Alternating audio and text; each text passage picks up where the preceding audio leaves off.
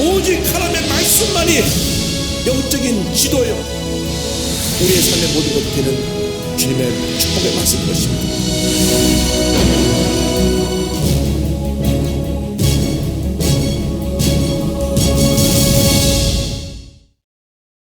마가복음 10장에서도 계속 주님의 가르치심이 나옵니다.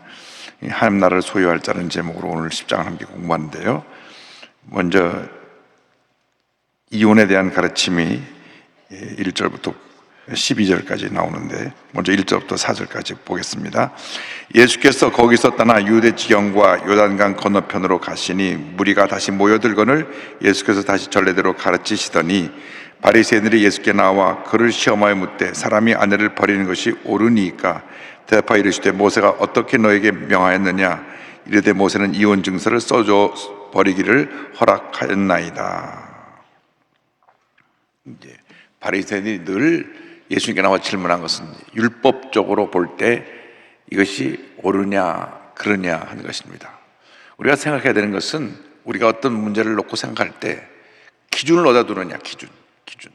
근데 기준이 예수님 당시 바리새인들, 서기관들, 제사장들은 하나님의 사랑에 있지 않고 하나님의 율법에 있었습니다. 이 율법은 물론 하나님의 사랑을 담은 하나님의 명령이지만, 율법을 인간적인 의로움의 잣대로 해석을 하면 많은 문제가 생겨납니다.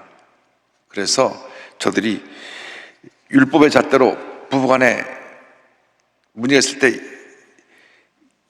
이혼하는 것이 문제가 되지 않겠느냐, 이혼 증서를 써줘야 되지 않겠느냐 하는 질문을 한 것입니다.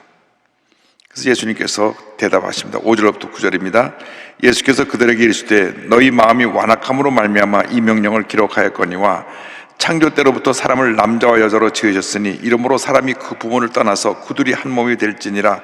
이러한 적 이제 둘이 아니요 한 몸이니 그러므로 하나님이 짝지어 주신 것을 사람이 나누지 못할지니라 하시더라. 사람의 마음이 완악해서 자기의 인간의 기준에 따라서 이러한 이혼에 대한 여러 가지 내용들을 정해놓았지만은, 그것은 하나님이 원하시는 것이 아니라 사람이 마음이 완악해서 만들어 놓은 것이다. 하나님이 짝지어진 것을 인간이 나누지 못할 것이다. 이렇게 예수님 설명하십니다. 그리고 뒤이어서 10절 이하로 이제 계속 설명이 나옵니다. 다 같이 보겠습니다. 집에서 제자들이 다시 이 일을 물으니 이르시되 누구든지 그 아내를 버리고 다른 데 장가드는 자는 본책에 간음을 행하며 또 아내가 남편을 버리고 다른 데로 시집가면 간음을 행함이니라. 그래서 결혼 생활의 중요성을 주님이 저들에게 설명한 것입니다. 우리가 이 세상을 살아가는 동안 가장 중요한 것은 하나님께서 짝지어진 걸 인간이 나누지 말아라 하는 것입니다. 모든 판단의 기준이 내가 아니라 하나님입니다. 인간은 율법을 가지고 의로움으로 판단하지만 하나님은 모든 것을 은혜와 사랑으로 우리 인간을 판단하고 결정하십니다. 율법은 잘못된 것을 바로잡기 위한 것이지 우리에게 벌 주는 것이 목적이 아닙니다. 율법을 통해서 우리가 죄를 깨닫고 회개하고 돌아 나오면 주님의 은혜로 그 회개한 심령을 품어주는 것이 하나님의 뜻인 것입니다. 그래서 요즘은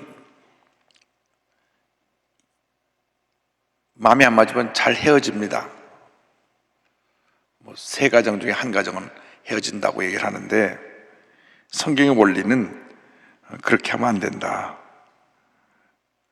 평생 십자가로 알고 잘 살라는 것입니다. 결혼의 중요성과 결혼 후의 가정을 잘 지킬 것을 주님이 강조하셨습니다. 그러나 이것에 대해서는 이제 각 가정마다 여러 가지로 나름대로 사정이 있고 문제가 있어서 헤어지는 것인데, 성경적으로 말씀드린다면 헤어지더라도 그냥 헤어진 상태로 있다가 다시 언제고 다시 가정이 합해지는 것이 좋다. 헤어져서 또 다른 사람과 다시 새로운 가정을 만들고 또 만들고 또 만들고 또 만들고 하는 것은 바람직하지 않다는 것을 말씀하셨습니다. 현실적으로 여러 가지 이것이 요즘 사회에 그런 것이 적용되기 어렵지 않느냐라는 질문을 합니다만은 성경의 가르침은 그러하기 때문에 가르침대로 살려고 최선을 다해야 할 것입니다. 그 이어서 아이를 축복하는 장면이 어린아이를 축복하는 13절 이하에 나옵니다. 13절부터 16절까지 보겠습니다. 사람들이 예수께서 만져주심을 바라고 어린아이들을 데리고 오매 제자들이 꾸짖거늘 예수께서 보시고 노하시어 이르시되 어린아이들이 내게 오는 것을 용납하고 금하지 말라. 하나님의 나라가 이런 자의 것이니라. 내가 진실로 너에게 이르노니 누구든지 하나님의 나라를 어린아이와 같이 받들지 않는 자는 결단코 그곳에 들어가지 못하리라 하시고 그 어린아이들을 안고 그들 위에 안수하시고 축복하시니라. 당시 여자와 아이들이 인격적으로 존중을 받지 못했습니다. 그래서 아이들이 예수님께 나오는 것을 제자들이 꾸짖었습니다. 예수님께 나와서 기도받기를 원했는데 꾸짖었습니다. 부모의 마음은 늘 자식이 잘 되기 원하는 것입니다. 그래서 예수님께 나와서 예수님 손이라도 얹어줘서 축복이 되기를 원해서 아이를 데리고 나왔는데 제자들이 왜 애를 데리고 와서 선생님을 괴롭게 하고 힘들게 하느냐 꾸짖었습니다. 그때 주님이 그들을 보고 노하셨다 그랬습니다. 왜? 주님 보실 때 어린아이나 여자나 누구나 다 똑같이 하나님의 형상으로 지음받은 귀한 인격체이고 존중받아야 될 존재이기 때문에 그런 제자들을 꾸짖으신 것입니다. 하늘나라는 누가 소유하느냐? 어린아이같이 겸손하고 순수한 자들이 소유하게 될 것이다. 그 다음에 부자와 천국에 대한 이야기가 나옵니다. 이 부자 천국에 대한 이야기는 이제 마태복음에 보면 젊은 청년이 부자 청년인 것을 알 수 있습니다. 17절로 20절입니다. 예수께서 길에 나가실 때 한 사람이 달려와서 꿇어 앉아 묻자오되 선한 선생님이여 내가 무엇을 하여야 영생을 얻으리이까? 예수께서 이르시되 내가 어찌하여 나를 선하다 일컫느냐? 하나님 한 분 외에는 선한 이가 없느니라. 내가 계명을 안 하니 살인하지 말라, 간음하지 말라, 도둑질하지 말라, 거짓증언하지 말라, 속여 빼앗지 말라, 내 부모를 공경하라 하였느니라. 그가 여짜오되 선생님이여 이것은 내가 어려서부터 다 지켰나이다. 그래서 우리가 몇 가지 주목할 내용이 있습니다. 부자 청년이 와서 정말 주님 앞에서 주님께 인정받기를 원했습니다. 영생을 얻기를 원했습니다. 그래서 무릎을 꿇고 질문합니다. 선한 선생님, 내가 무엇을 해야 영생을 얻을 수 있겠습니까? 내가 무엇을 해야? 질문입니다. 내가 무엇을 해야? 선한 선생님이라고 물었을 때 아직 이 부자 청년이 예수님을 하나님으로 인정하고 그렇게 믿음의 고백을 한 것이 아니기 때문에 선하다고 하는 표현은 너가 하나님으로 믿고 인정하는 사람한테만 고백할 수 있다고, 그래서 하나님 외에는 선한 이가 없다 이렇게 말씀하시고 난 다음에 이런 계명들을 지켜라. 무엇을 하여야 구원받을 수 있냐고 물어봤기 때문에 그때 주님께서 십계명을 설명하십니다. 이런 것들을 너가 행하라. 근데 여러분, 내가 무엇을 해야 영생을 얻겠습니까? 내가 무엇을 해야 상급을 받겠습니까? 라고 하는 질문 자체에 문제가 있습니다. 내가 무엇을 해야? 신앙의 주체는 내가 아니라 주님이십니다. 주님의 은혜가 내게 임했을 때 내가 주님의 일을 하는 것이고, 내가 선한 일을 하는 것이고, 내가 귀한 일을 하게 되는 것입니다. 근데 주님이 그를 보셨는데 그 청년이 정말 하나님을 사랑하는 마음도 있고 열심도 있는데 그가 가진 근본적인 문제가 무엇인가를 알게 됐습니다. 21절 22절입니다. 예수께서 그를 보시고 사랑하사 이르시되 내게 아직도 한 가지 부족한 것이 있으니 가서 내게 있는 것을 다 팔아 가난한 자들에게 주라. 그리하면 하늘에서 보화가 내게 있으리라. 그리고 와서 나를 따르라 하시니 그 사람은 재물이 많은 고로 이 말씀으로 인하여 슬픈 기색을 띠고 근심하며 가니라. 여기 보면 예수님이 그를 보시고 사랑하셔서 그 청년이 정말 하나님 뜻대로 살려고 하고 그 노력하는 그 모습이 귀하게 보시고 그를 사랑해서 그에게 가장 귀중한 가르침을 주신 것입니다. 그 청년을 가만히 보니까 하나님을 사랑한다고 하고 열심도 있고 계명을 지키려고 노력을 하고 남들이 보기에 반듯하게 부족함이 없이 잘 살고 있는데 가장 핵심적인 것이 그에게 하나 문제가 있는 것을 발견했습니다. 물질을 너무 사랑하니까 그 물질에 대해서 그의 관심이 떠나지 않았습니다. 그래서 내가 하나님을 사랑한다고 하면서 하나님보다 물질을 더 사랑하니까 그 갖고 있는 재산을 다 팔아서 가난한 사람을 주고 나를 따르라. 그럼 내가 큰 복을 받을 것이다. 그때 청인이 펑 하고 망치를 얻어맞은 것처럼 충격을 받고 슬픈 기색을 띠고 주님을 떠납니다. 실제로 이 부자 청년은 10계명의 1계명부터 어긴 것이 됩니다. 왜냐? 나 외에 다른 신을 두지 말라고 했는데 그는 물질이라고 하는 또 하나의 신을 하나님보다 더 높이 두고 섬기고 있었어요. 그래서 나 외에 다른 신을 섬기지 말라는 1계명을 어기게 되니까 다른 걸 다 지켰어도 가장 근본적인 계명, 하나님보다 다른 것을 더 사랑하면 안 되는데 물질을 더 사랑하면 물질이 우상이 되는 것이고, 우리가 명예를 사랑하면 명예가 우상이 되는 것이고, 세상의 인기를 따라 살면 인기가 우상이 되는 것이고, 내가 하나님보다 더 사랑하는 모든 것이 우상이 됩니다. 나를 더 사랑하면 내가 우상이 되는 겁니다. 그러니까 1계명, 하나님 외에 다른 신을 두지 말라, 우상을 만들지 말고 절하지 말라, 1계명, 2계명 기본적인 것을 다 어기게 되는 것입니다. 그래서 이 청년이 하나님 앞에서 자신의 문제점을 발견하게 되고 슬픈 기색을 떠납니다.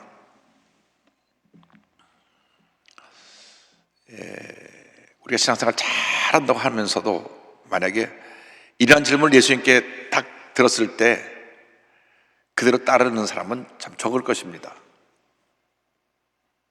슬픈 기색을 띠고 주님을 떠날 수밖에 없는 사람들이 오늘날 많을 것입니다. 뭐 가진 것이 별로 없는 사람은 뭐 이런 질문해도 내 모든 걸 다 바치겠습니다. 걱정할 것도 없지만, 너무 많이 가진 사람들, 너무 많이 가진 사람, 가진 것이 너무 많아서 주체 못하는 분들은 큰 충격을 받을 것입니다. 어이구, 내가 이 많은 것을 어떻게 다 내려놓을 수가 있는가.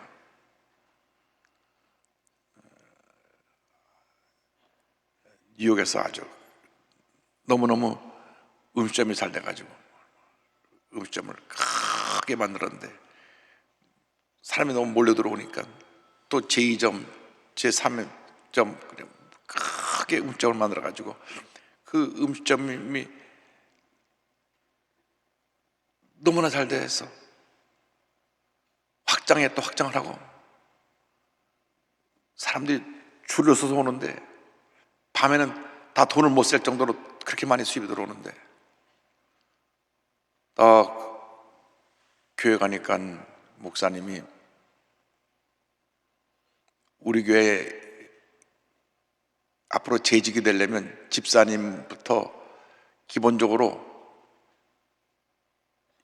11조를 제대로 하지 않는 분들은 집사가 될 수 없다.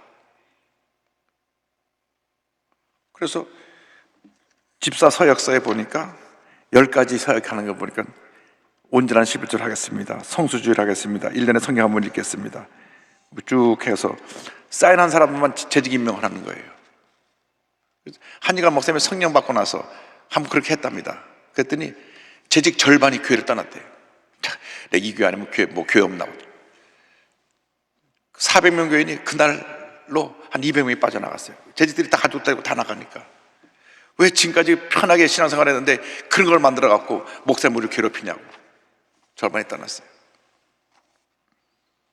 그렇다고 해서 뭐 제가 여도수 모교가 이제 이번 올해부터 다 이렇게 사인 받고 이렇게 하겠다는 건 아니지만은,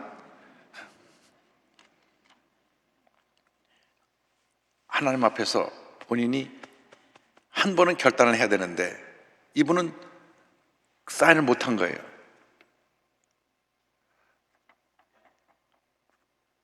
신앙생활도 오래 하고 장로님이 돼서 벌써 되셨을 뿐인데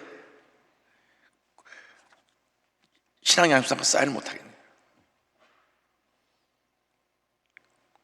따님하고 매일 새벽 기도 나오는데 예배를 열심히 드리는데 예배를 드리고 은혜는 받아도 그 사인을 못해요.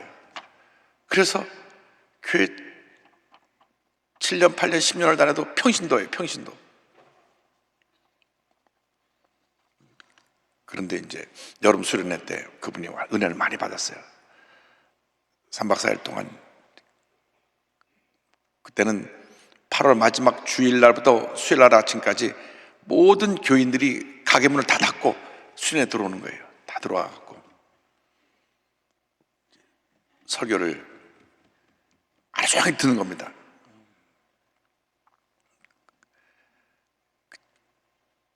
제가 강사로 초청되어 가갖고 젊을 때 하나님이 얼마나 은혜를 주시는지 설교를 2시간 반, 3시간씩 하면서 하루 예배를 4번 보는데 설교 시간, 예배 시간만 10몇 시간이에요. 그러니까 새벽 기도 드리고 나서 아침 먹고 오전 예배 드리고 점심 먹고 낮 예배 드리고 저녁 먹고 저녁 예배 드리는데 하루 종일 예배만 드려요. 딴 거 아무것도 안 해요. 예배 드리고 찬송하고 기도하고 예배 드리고 찬송 기도하고 그렇게 설교를 10몇 번 드리니까 다 깨져요. 막 통곡하고 뒤집어지는데 이분이 4번이 와서 큰 은혜를 받았어요. 완전히 뒤집어졌어요. 그래갖고 이제 순례 끝나고 본인 식당으로 초청을 해서 저한테 와서 고백을 합니다. 목사님, 제가 지금까지 한 번도 사인을 못했습니다. 너무 수입이 많아가지고 제가 한 번도 제대로 못했습니다. 그 다음에 한 말을 내가 지금도 안 잊어버려요. 구원받는 것보다 이 돈이 더 어렵다는 것을 제가 알게 됐습니다. 돈 문제가 더 어렵다는 거예요. 구원 믿음으로 받는데 돈은 믿음으로 행해야 되니까 행함을 따르지 못해서 본인이 늘 그 문제 때문에 교회를 10년 넘게 다녀도 평신도로서 그렇게 신앙생활도 한국에서부터 잘 하신 분이고 목사가 되려고 신학교까지 다녔던 분인데 그러니까 신앙 양심적으로 늘 하나님 앞에 바로 서라 바로 서라 그건 듣고 있어요. 그런데 막상 이 사인을 하러 갈 때는 사인을 못했어요. 그래서 물질이라고 하는 것이 그렇게 무서운 겁니다. 물질이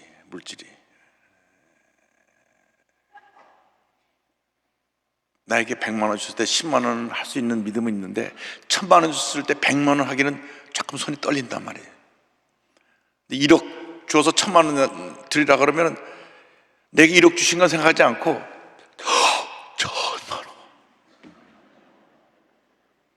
근데 원래 열을 하나님이 다 주시고 하나만 하나님이 다 줬다는 걸 인정해서 하나님께 드리라는 것이 11조입니다.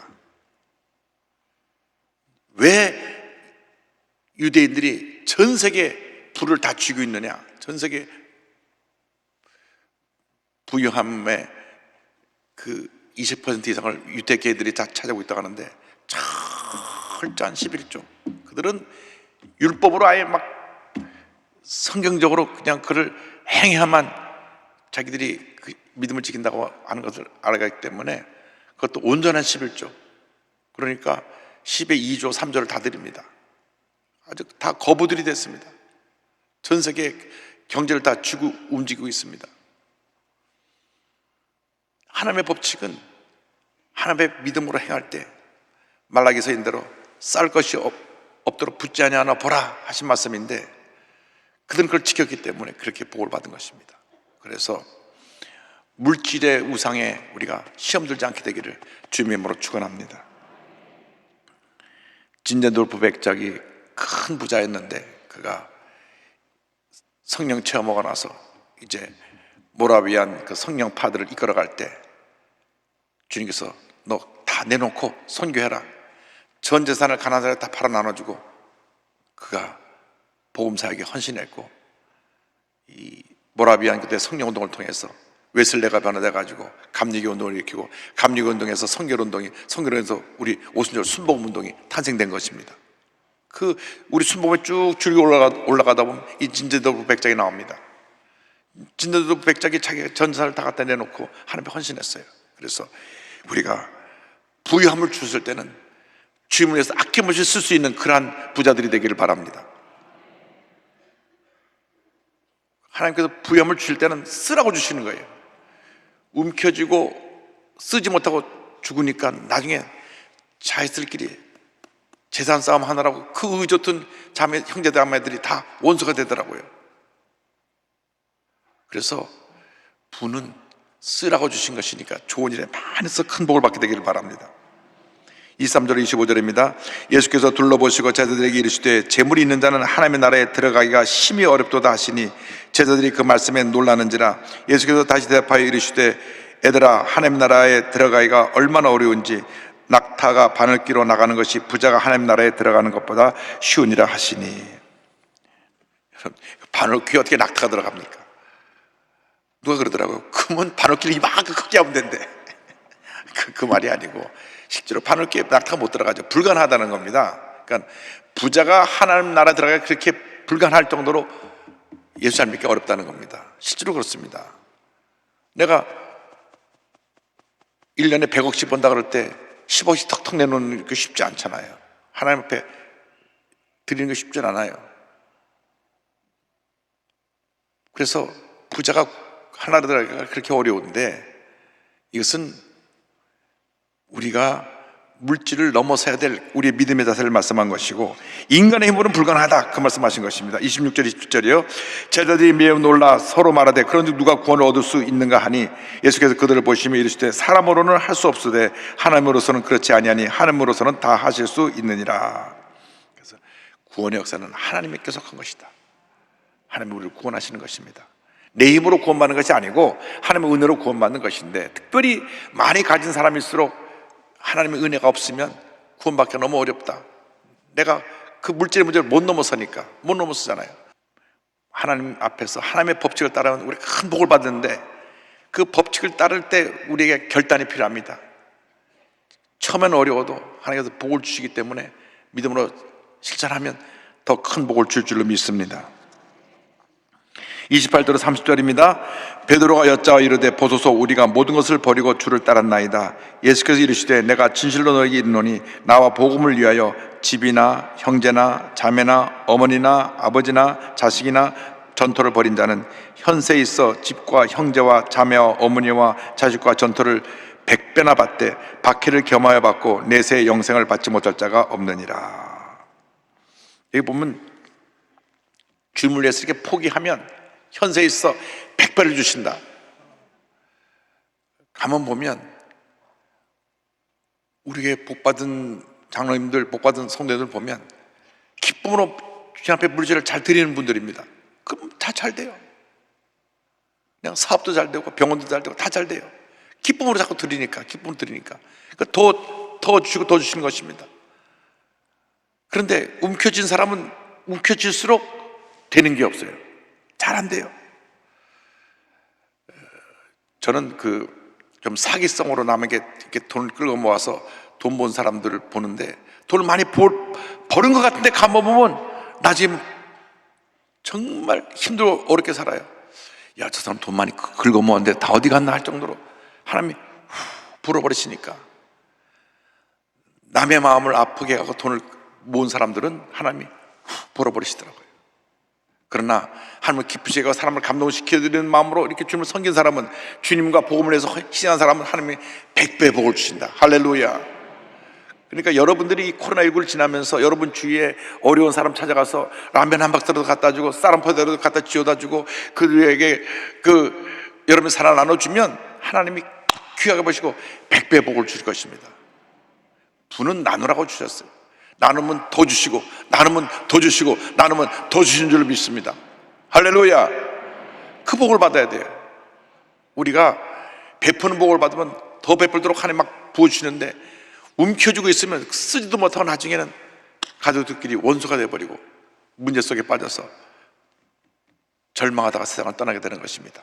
그래서 하나님 주신 물질의 법칙은 하나님의 영광을 위해서 기쁨으로 감사 한번 쓸 때 하나님께서 100배나 복을 주시는데, 여기 보니까 박해와 겸하여 받고 그랬습니다. 우리가 주님 일을 할 때 박해가 임합니다. 가족들 중에서 너무나 주님 앞에 이렇게 내놓고 헌신하는 걸 보면 형제들이 막 뭐라 그럽니다. 아니, 예수 믿으려면 바로 믿지 뭘 그렇게 유별나게 믿냐고. 믿지 않는 사람들이 또 우리 믿는 사람을 잘 되는 걸 배합하고 핍박을 합니다. 그러나 누가 날 핍박하고 뭐라 그래도 기쁨으로 주님을 섬기면 하나님께서 하나님을 위해서 복의 복을 될 줄 믿습니다. 그리고 나서 31절에 이 같은 말씀이 나옵니다. 다 같이 보겠습니다. 그러나 먼저 된 자로서 나중되고 나중된 자로서 먼저 될 때가 많으니라. 무슨 말씀인고 하니, 이 땅에서 큰 명예와 인기를 얻고 많은 것을 누리고 산 사람이 하늘나라 가보니까 가장 작은 자의 모습으로 되어 있는 분이 꽤 많고, 이 땅에서 정말 이름도 없이 빛도 없이 고생하고 눈물골짜기 지나가면서 주님을 섬기던 아무도 알아주지 않았던 사람이 하늘나라 가보니까 큰 상급을 받는 자로 변해 있는 것을 알 수 있다.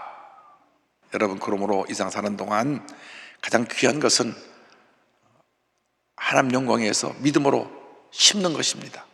여러분, 세상 눈 깜짝할 사이에 지나갑니다. 결심해야 됩니다. 내가 앞으로 정말 하나님 보시기에 하나님이 기뻐하시는 삶을 살아야 되겠다. 우리 주위에 상처 입은 사람, 병든 사람, 문제 있는 사람, 어려움 당한 사람, 그들에게 내 사랑을 나눠주겠다. 사랑을 실천하겠다. 그래서 주님이 기뻐하시는 삶을 살다가 주님 오라 부르실 때 기쁨으로 주님을 맞이할 수 있는 우리가 되겠다 하는 그와 같은 삶을 살아가는 여러분 모두가 되기를 주님의 이름으로 축원합니다. 기도하겠습니다. 사랑과 은혜와 자비가 많으신 하나님 아버지, 한 번뿐인 인생 우리가 살아가는 동안 우리 하나님을 가장 기쁘시게 하는 삶을 살아가는 저희 모두가 될 수 있게 하여 주시고, 우리 삶의 선한 열매를 많이 맺어서 하늘나라의 큰 상급이 우리에게 임하게 하여 주시옵소서. 감사하고 예수님의 이름으로 기도드립니다. 아멘.